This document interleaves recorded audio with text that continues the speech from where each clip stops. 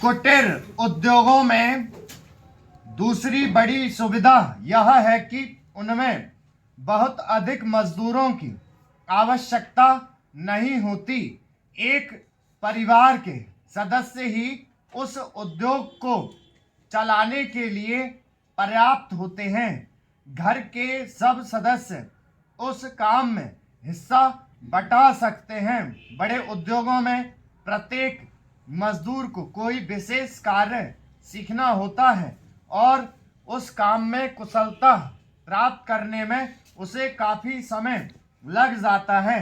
तीसरी चीज़ जो मैं आपके सामने रखना चाहूँगा वह यह है कि जो विचार और सुझाव आपके सामने प्रस्तुत किया है वे एक पवित्र, शुद्ध और जनता व प्रांत के हित को ध्यान में रखकर ही प्रस्तुत किए गए हैं और मुझे पूर्ण विश्वास है कि बिना किसी दलगत भावना के शिकार हुए आप उनकी जांच करेंगे और यदि वे जनहित की कसौटी पर खरे उतरें तो उन पर कार्रवाई करेंगे।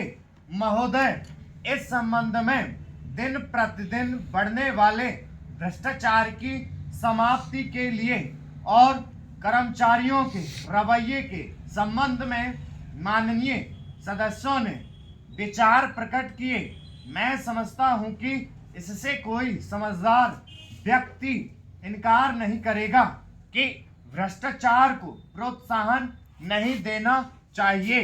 अतः इस ओर विशेष ध्यान देने की आवश्यकता है। भ्रष्टाचार को समाप्त करने के लिए जो कठिनाइयां सरकार के समक्ष हैं उन पर शीघ्र ही कदम उठाए जाने चाहिए। यदि सख्ती भी बरतनी पड़े तो चिंता नहीं, हमें ऐसे कदम उठाने ही हैं। मैं यह जानता हूं कि बहुत से लोग, जिनमें कुछ हमारे साथी भी हैं, इसकी कुछ बातों का विरोध करते हैं, परंतु यदि हम देश की उन्नति चाहते हैं, यदि हम देश को आगे बढ़ाना चाहते हैं और विशेषकर यदि आप समाजवादी ढांचे के आधार पर, जिसको कि कांग्रेस ने देश के लिए निश्चित किया है, इस देश की व्यवस्था करना चाहते हैं, तो हमारे लिए आवश्यक है कि हम इस तरह से कदम उठाएं कि जिससे लोगों को अपनी जीविका सुंदर ढंग से कमाने के लिए साधन जुट जाएं। वास्तव में यह सरकार जिसने यह साहसपूर्ण कार्य किया है, इस कार्य के लिए सबसे अधिक बधाई की पात्र है। जो लोग यह आशा करते हैं कि हर एक काम उस ढंग से होना चाहिए जिसके लिए गांधी जी हमसे कहा करते थे, और जैसा कि अभी हमारे एक साथी कह रहे थे कि जिस तरह से सरकार ने इस संबंध में व्यवहार किया है वह गांधी जी की नीति के अनुसार नहीं था। यही नहीं, उन्होंने तो एक तरह से कांग्रेस ने जो समाजवादी ढांचे पर समाज की व्यवस्था की नीति अपनाई है उसका विरोध किया, और मेरी समझ में उनकी बात नहीं आती कि एक तरफ तो वह कांग्रेस के अंदर है और दूसरी ओर कांग्रेस द्वारा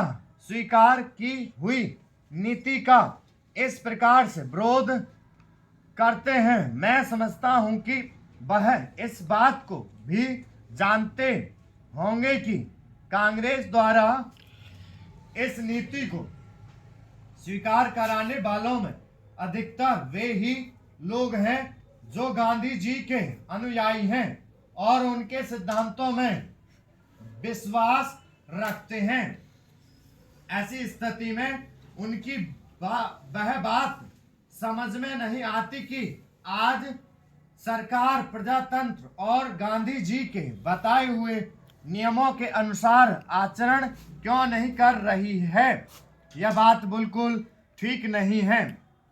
उपाध्यक्ष महोदय, बजट पर जो चर्चा चल रही है उसमें भाग लेते हुए मैं भी अपने विचार सदन के सामने प्रस्तुत करना चाहता हूं।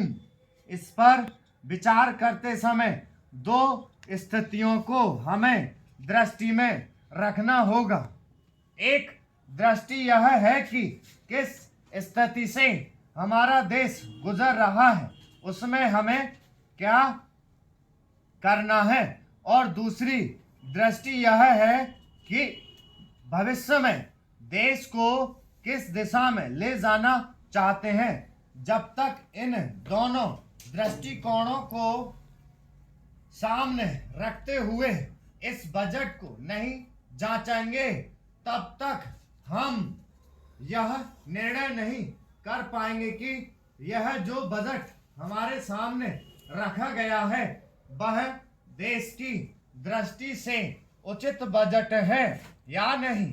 जब मैं इस समय की स्थिति को देखता हूं तो मेरे सामने देश की संकटकालीन स्थिति आ जाती है।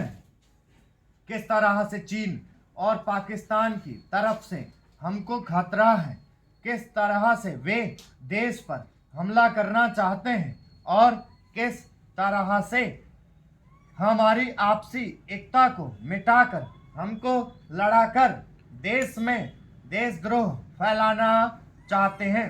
इसके साथ ही साथ जब मैं पिछले बजट को सामने रखता हूं तो मुझे यह कहना पड़ता है कि आज का बजट चाहे जिस स्थिति में भी रखा गया हो बहुत सुंदर बजट है।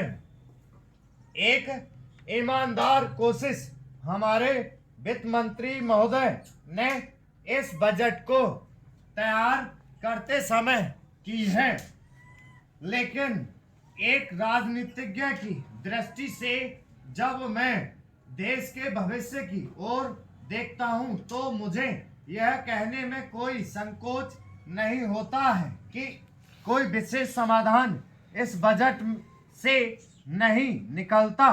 मैं जिस पार्टी से संबंध रखता हूं उसका जो उद्देश्य है उसको सामने रखते हुए मैं यह कह सकता हूं कि जो हमारे सामने आदर्श हैं वे सब आज ही पूरे नहीं हो सकते।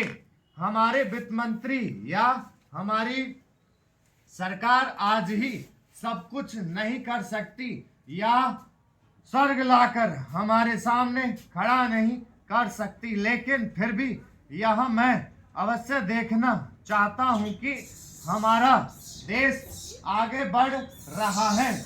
यह नहीं जिस दिशा में हम आगे नहीं बढ़ रहे हैं उसे देखकर मुझे निराशा अवश्य होती है। जो प्रस्ताव कांग्रेस अधिवेशन में पास हुआ उसके मूलभूत विचार मैं आपके सामने रखना चाहता हूं। वहां हमने यह निश्चय किया था कि वर्तमान पंचवर्षीय योजना खत्म होने तक देश की जनता की जरूरत की चीजें पूरी कर दी जाएंगी।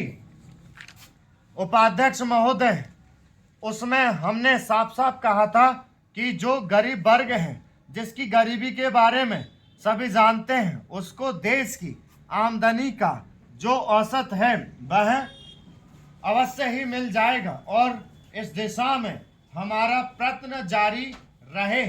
हमारा जो बजट है उसको जब तक अपने आर्थिक व्यवस्था या अपने विचारों के अनुसार नहीं आंकेंगे तब तक अपने आर्थिक व्यवस्था या अपने विचारों के अनुसार नहीं आंकेंगे तब तक उसे ध्येय की पूर्ति नहीं हो सकती।